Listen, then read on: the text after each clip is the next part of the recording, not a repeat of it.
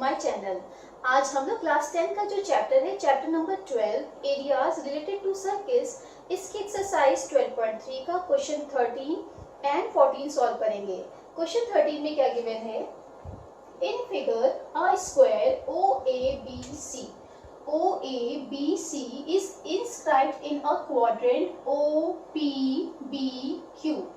If OA is equal to 20 centimeter, OA is equal to 20 centimeter, then we have to find the area of the shaded region. Okay, तो यहाँ पे हम लोग को देखिए ये जो quadrant given है OPBQ, इस quadrant में ये स्क्वायर गिवन है और इस स्क्वायर की साइड हम लोग को दी गई है and we have to find the area of this shaded reason.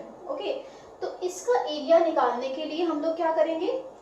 अगर हम लोग इस क्वाड्रेंट के एरिया में से इस स्क्वायर का एरिया सब्ट्रैक्ट कर देंगे तो हम लोग को ये शेडेड रीजन मिल जाएगा।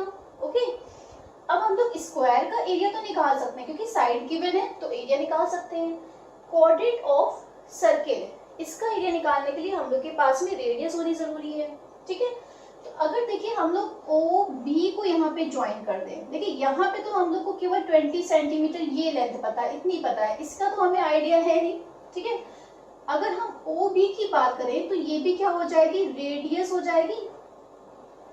इस सर्किल की जो quadrant of the circle given है OB भी रेडियस है। क्यों? क्योंकि ये सेंटर है, O पॉइंट सेंटर है और ये आपको सर्कमफ्रेंस गिवन है ना, तो सेंटर से सर्कमफ्रेंस को मिलाने वाली जो लाइन होती है वो क्या होती है? रेडियस होती है। तो अगर हम लोग OB की लेंथ फाइंड आउट कर ले तो हम लोग को रेडियस मिल जाएगी। ओके, अब देखिए क्योंकि ये स्क्वायर गिवन है तो इट मीन्स हर एक एंगल जो होगा वो 90 डिग्री का होगा। तो अगर हम लोग OAB वाला ट्राइंगल देखें तो इसमें हम लोग को एक राइट एंगल मिल रहा है। ओके, तो हम लोग इस वाले ट्राइंगल में पाइथागोरस थ्योरम अप्लाई कर सकते हैं और उसकी हेल्प से हमें OB की लेंथ मिल जाएगी। ओके, तो चलिए इसका सोल्यूशन देखते हैं। Side of square OABC is equal to 20 centimetre. तो फर्स्टली हम लोग क्या करते हैं, इस ट्राइंगल में OAB वाले ट्राइंगल में हम लोग OB की लेंथ निकाल लेते हैं। ठीक है, पाइथागोरस थ्योरम अप्लाई करके।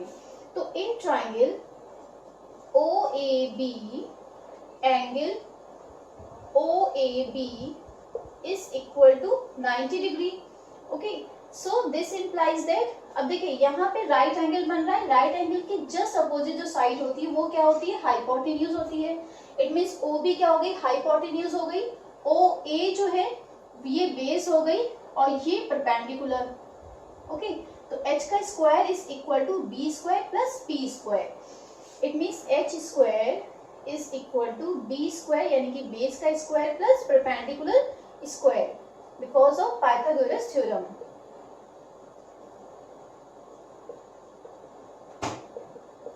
ओके, तो यहाँ पे H यानी कि OB स्क्वायर, इसकी वैल्यू हम लोग को फाइंड करनी है।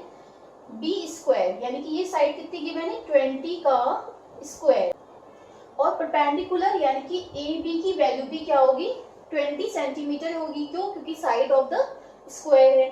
ठीक है, तो 20 का स्क्वायर, तो इट मीन्स 400 प्लस 400, ये क्या आया है? OB स्क्वायर की वैल्यू आई है, तो इट मीन्स कि OB square is equal to 800। और जब हम लोग OB की वैल्यू निकालेंगे तो इसका क्या हो जाएगा? स्क्वायर रूट हो जाएगा 800 का। ओके, 800 को हम लोग क्या लिख सकते हैं? 400 मल्टीप्लाई बाय 2।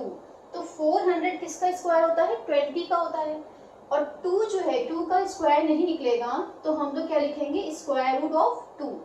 ओके, तो इतने सेंटीमीटर, ये किसकी लेंथ आई है?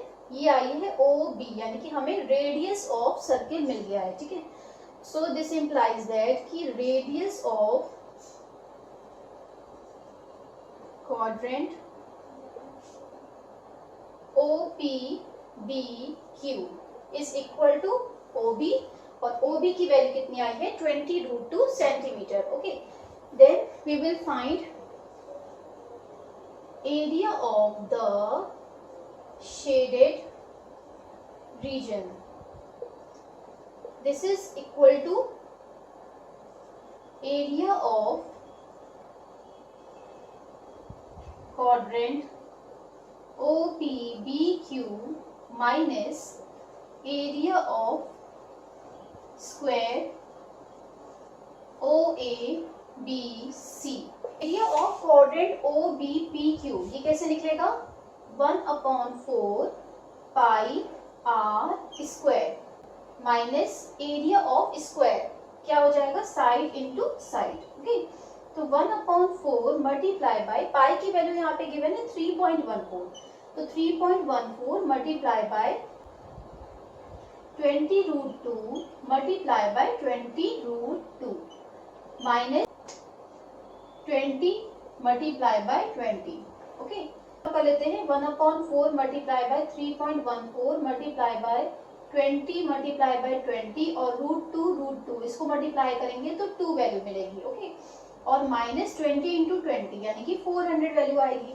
अब 4 से इसको हम कैंसिल कर सकते हैं, यहाँ पे 5 टाइम्स कैंसिल हो गया, तो इट मीन्स यहाँ पे वैल्यू क्या आएगी? 3.14 multiply by 5 into 20 100 multiply by 2 minus 400. ठीक है, 100 मल्टीप्लाई बाय 3.14, तो आंसर क्या आ जाएगा? और मल्टीप्लाई बाय 2 भी है तो यहाँ पे डेसिमल हट जाएगा, तो वैल्यू क्या आएगी? 628 माइनस 400 यानी कि 228 सेंटीमीटर स्क्वायर. ये हो गया एरिया ऑफ शेडेड रीजन.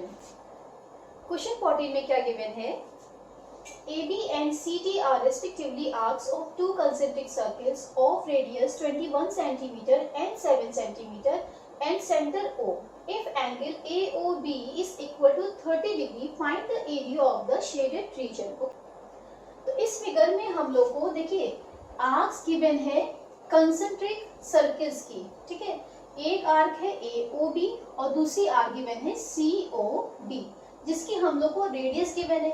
ये जो बड़ी वाली आर्क है AOB, इसकी रेडियस है 21 सेंटीमीटर और COD इस आर्क की रेडियस हम लोग को गिवन है 7 सेंटीमीटर और साथ में ये हम लोग को एंगल भी गिवन है. ये जो आर्क्स बन रही हैं उसका हम लोग को एंगल गिवन है 30 डिग्री. ठीक है, and we have to find the area of this shaded region. Okay, तो हम लोग क्या करेंगे? देखिए AOB ये क्या बन रहा है? एक तरीके से सेक्टर बन रहा है और सेक्टर का एंगल यहाँ पे गिवन है 30 डिग्री. ओके, तो अगर हम लोग AOB सेक्टर के एरिया में से COD ये वाला एरिया सब्ट्रैक्ट कर देंगे तो हम लोग को ये शेडेड रीजन मिल जाएगा. तो यहाँ पे जो बड़ी वाली आर्क है इसकी रेडियस हम लोग R1 मान लेते हैं. ओके, तो यहाँ पे लिख लेते हैं let radius of arc AOB is equal to R1 and which is 21 centimeter, and let radius of arc COD is equal to R2 which is equal to 7 centimeter. Okay, और साथ में ही यहाँ पे एंगल गिवन है, angle AOB is equal to 30 degree. Okay, अब यहाँ पे हम लोग को देखिए एरिया ऑफ शेडेड रीजन चाहिए. तो इस रीजन का एरिया कैसे निकलेगा? जब हम AOB इस सेक्टर के एरिया में से, AOB क्या बन रहा है? सेक्टर भी बन रहा है जिसका एंगल हम लोग को गिवन है 30 डिग्री. ठीक है, तो जब AOB सेक्टर के एरिया में से COD ये वाला सेक्टर का एरिया जब सब्ट्रैक्ट कर देंगे तो हम लोग को ये शेडेड रीजन मिल जाएगा. ओके, तो यहाँ पे लिख लेते हैं कि area of shaded region is equal to area of sector AOB minus area of sector COD. Okay, तो AOB सेक्टर का एरिया यहाँ पे क्या हो जाएगा? 3/360 डिग्री मल्टीप्लाई बाय पाई और इसकी रेडियस कितनी है? R1 हम लोग एज्यूम करके चल रहे हैं, तो R1 square minus 3/360 degree multiply by pi R2 square. Okay, अब यहाँ पे जो चीज कॉमन आ रही है, यहाँ पे थीटा भी कॉमन आएगा, तो 30 डिग्री अपॉन 360 डिग्री इसको हम लोग ब्रैकेट के बाहर रख लेंगे. ठीक है, यहाँ पे भी वही आएगा सेम, यहाँ पे 30 डिग्री अपॉन 360 डिग्री और यहाँ पे भी सेम आएगा और साथ में ही पाई ये भी कॉमन हो जाएगा. तो तो इन द ब्रैकेट हम लोग को क्या मिलेगा, r1 square minus r2 square. Okay, तो इनको कैंसिल कर लेते हैं, ये 12 टाइम्स आएगा, तो इट मीन्स यहाँ पे वैल्यू क्या आ जाएगी 1/12 मल्टीप्लाई बाय पाई की वैल्यू रख ली 22/7। ठीक है, ब्रैकेट के अंदर क्या आएगा r1 की वैल्यू है 21, तो 21 का स्क्वायर माइनस 7 का स्क्वायर। ओके, तो यहाँ पे ये दोनों भी कैंसिल हो जाएंगे, ये 6 टाइम्स जाएगा और ये 11 टाइम्स जाएगा। ठीक है, तो 11/6 मल्टीप्लाई बाय 7 वैल्यू आ गई 42, और ब्रैकेट के अंदर क्या आएगा 21 का स्क्वायर, तो इसकी वैल्यू आएगी 441 माइनस 7 का स्क्वायर 49, तो यहाँ पे वैल्यू आएगी 11/42 मल्टीप्लाई बाय